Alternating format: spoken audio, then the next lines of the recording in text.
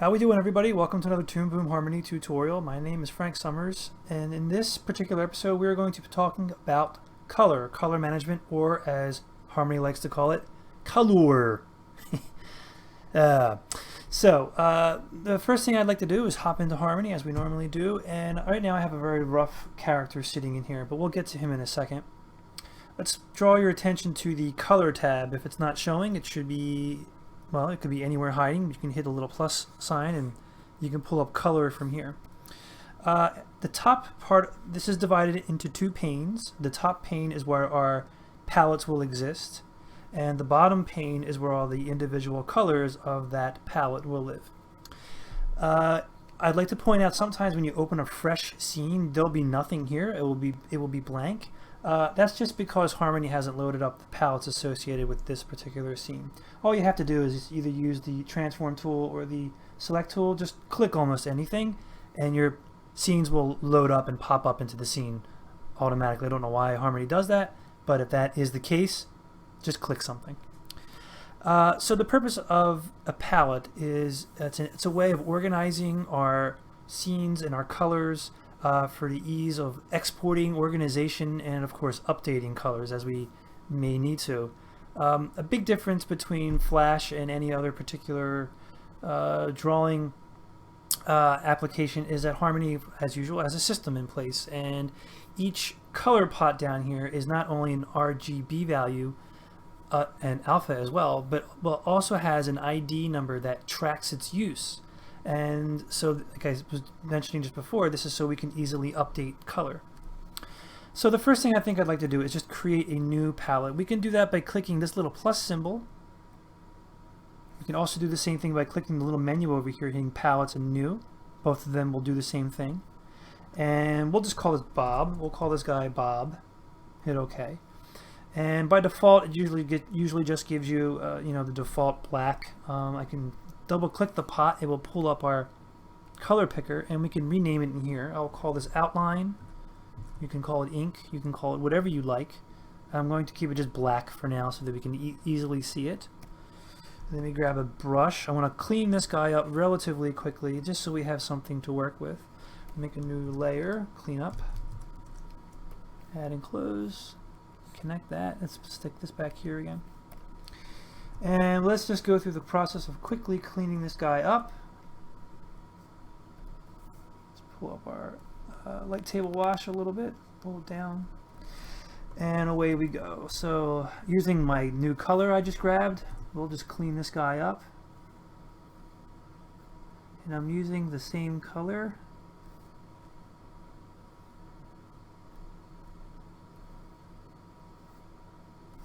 And we'll just do something like this. Whoops. And we'll give him a little bit of a neck, some hair spikes,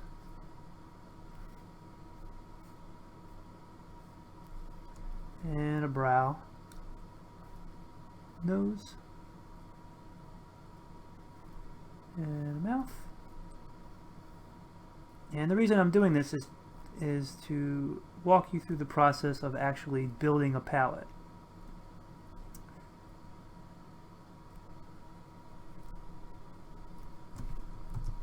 Let's do it like this instead. Great. I mean, this is not the best drawing in the world, but I hope you get the point. Great. Let's hide our drawing back there. And so now let's just do some color. Let's get some color. We can add new colors to our palette simply by clicking on the little plus symbol up here. And let's come up with some stuff. So skin, and I like to do HSV. That's my particular method of choice.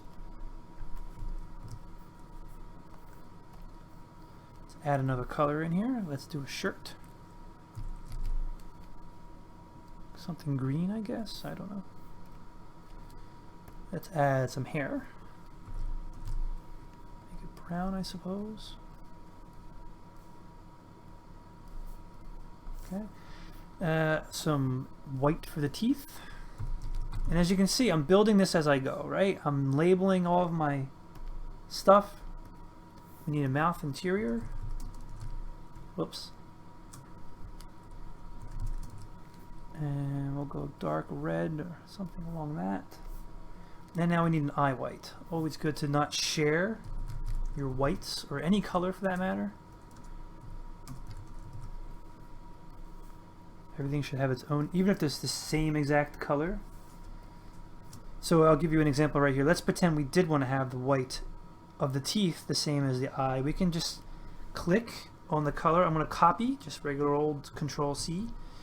And if I right click over top of eye white, I can just hit paste color values. That's just popping in the RGB values. It is not popping in the color ID. So now they're both the same color. And again, why did I go through this entire process? Well, as you may already know, if I don't like the color of a shirt, I can easily update the shirt just by clicking and dragging it around. I can make it a little darker, or I can make it yellow. You know, but let's go back to green again. In the skin tone, we can make them a little darker if we like, maybe a little more saturated. And maybe the hair, will darken the hair up a little more. Fantastic. Again, this is one of the great reasons of having a nice system in place, so that we can easily go through and modify all of our colors. I see I did not put something in the nostril. Copy, I can paste as a new value, or as a new color, nostril. And we can go a little darker and just pop it in there. Great. So there we go. We built up a palette very quickly. We called it Bob. One thing I'd like to point out is that if you are working on a bitmap layer, if we have a bitmap layer, such as, if I'm going to close this, or hide it rather, if I pull up my rough drawing, and if I made this, let's just say I convert this to a bitmap. As you can see, it changes down here. The sliders look different. This is because bitmap drawing, or bitmap layers, I should say, use colors a little more similar to how Photoshop would work, or even Flash would work for that matter. It's kind of fire and forget. There's no ID linking to any of the colors, just because it is a bitmap we're talking about. It is not a vector. So that's one of the give and takes you personally have to come to on your own conclusion, fitting the project that you were working on. I just wanted to point that out. Let me just go back to. So there are palettes, or color pots went back to what they used to be. Before I continue on, and we can keep building this palette out as far as we need to. We can, any detailing on the shirt, what have you. But we're going to leave that alone for now. One thing I'd like to talk about, one of my viewers has talked about trying to import palettes. We can do that pretty simply by going to our menu here in a color tab, going to import. And then it's just a simple matter of finding, I'm going to go to iBlink, the previous tutorial. Go find it in your Explorer window. It's generally in the palette library. And I'm going to pull in one called iBlink, hit open.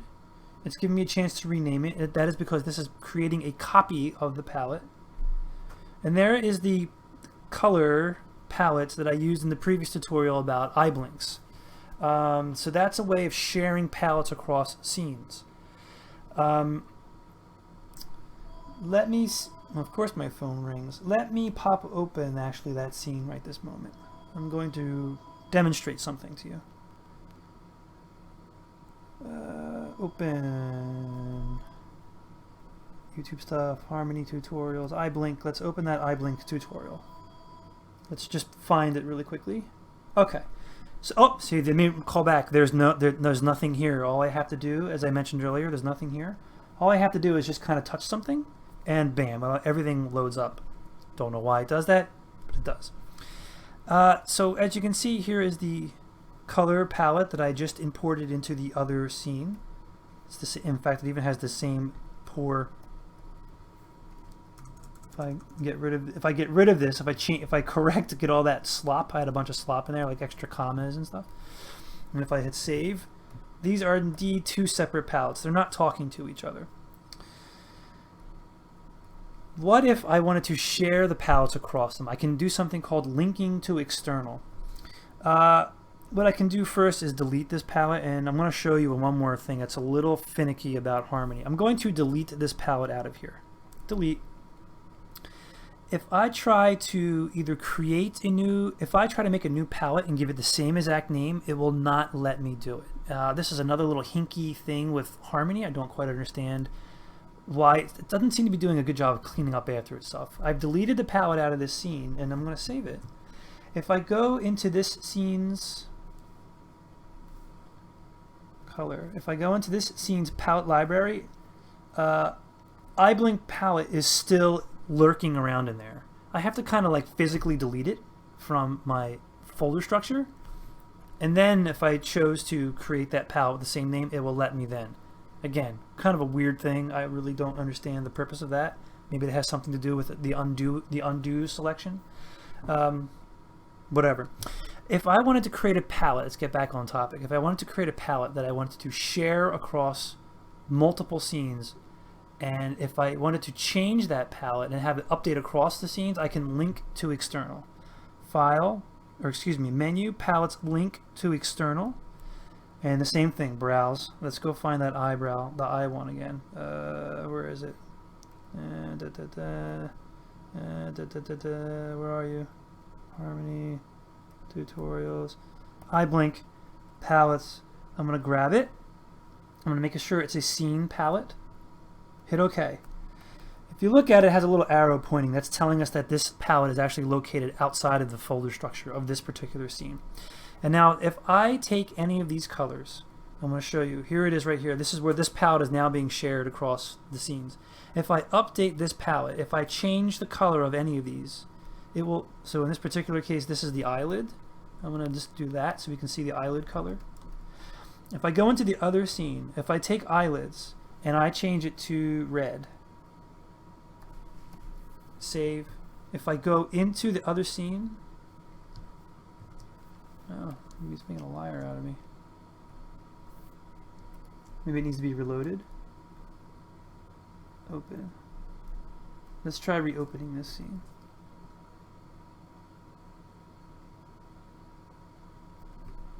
There it is. I guess you have to reload the scene. I guess it was still didn't have a chance to kind of repopulate itself. But as you can see, when I reloaded the scene, the color has changed to the red. Now, that could be a good thing or a bad thing. It's a good thing that if you want, and this is how I believe Harmony networking works, the palettes are located on a server. This is a good thing if you have a model across a bunch of scenes and you need to update hair color or whatever have you.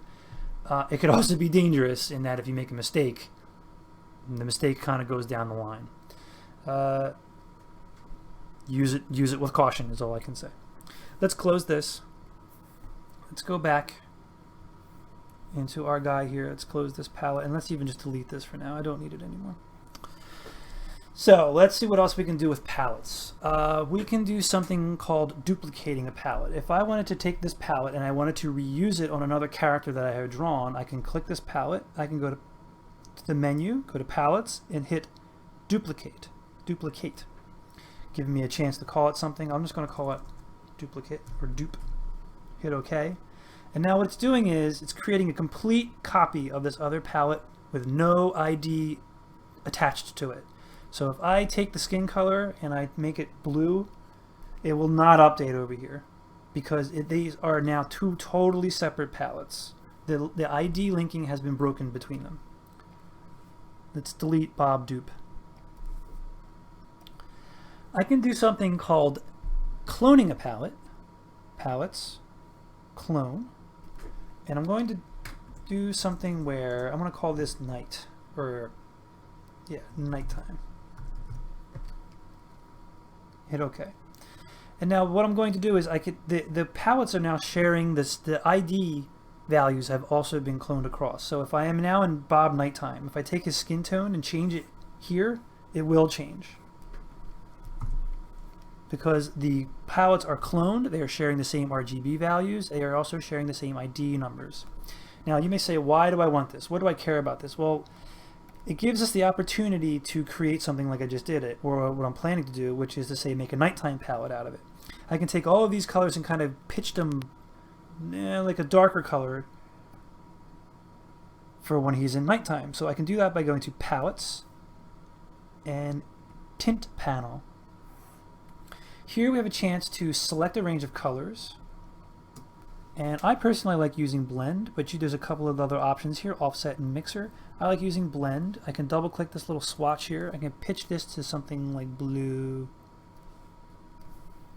And now what I can do is hit preview.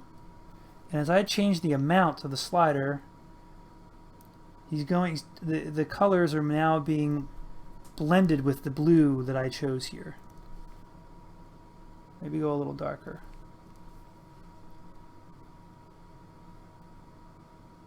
And we could hit apply, and when we hit apply, that will permanently kind of change all of the colors. Hitting reset now at this point will pop it back to the original state. So let's redo what I just did. Hit the amount. Oh no, you have to select a range of colors.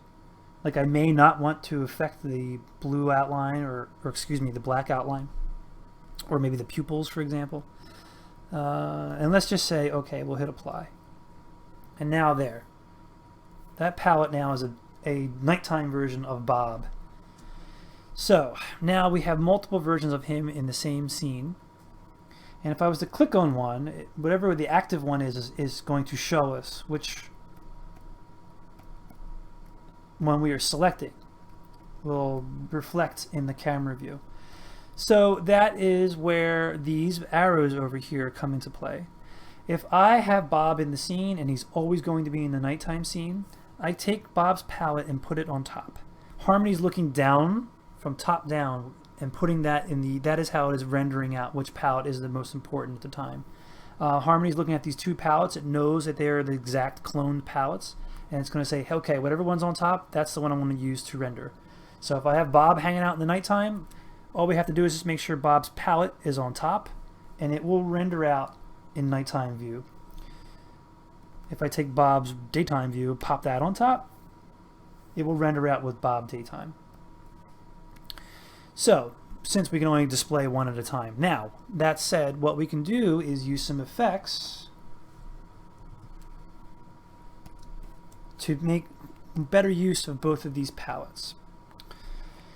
What we can do is we can take Bob and pop him on top, regular Bob. We can go to our node library. We can pull in our favorite color override. Here you are.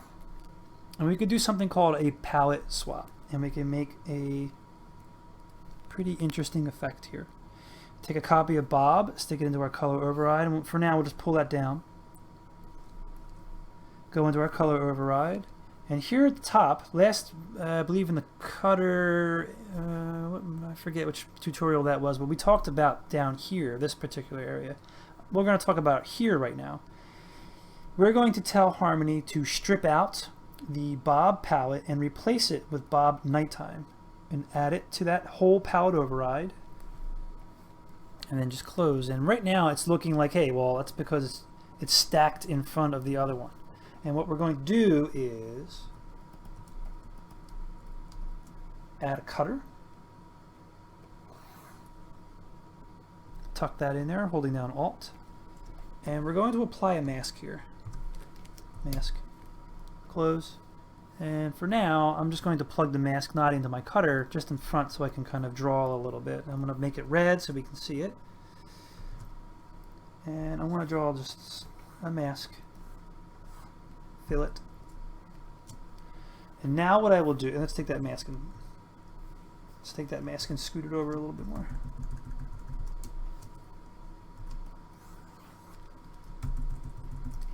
I'll take that mask, I'm going to plug it into our cutter. And I think you can see already what's going on here. Let's invert it. Harmony is now showing us both palettes at the same time.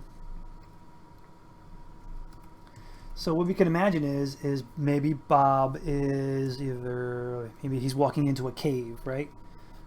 We can take Bob. Let's extend all of this exposure. Where's Bob? He's clean up. We'll put some animation on him. We'll just move him all the way down here, and we'll move him screen left. And of course we need to set this as a motion frame.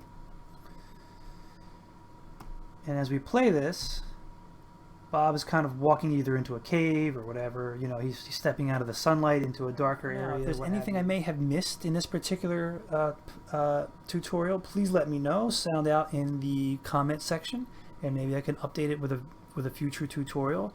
What you see in front of you is a red subscribe button. Please click that to keep up with me. And there's also the timeline tips button, which I believe will be a playlist. You can click that and it'll bring you back to the beginning of the playlist.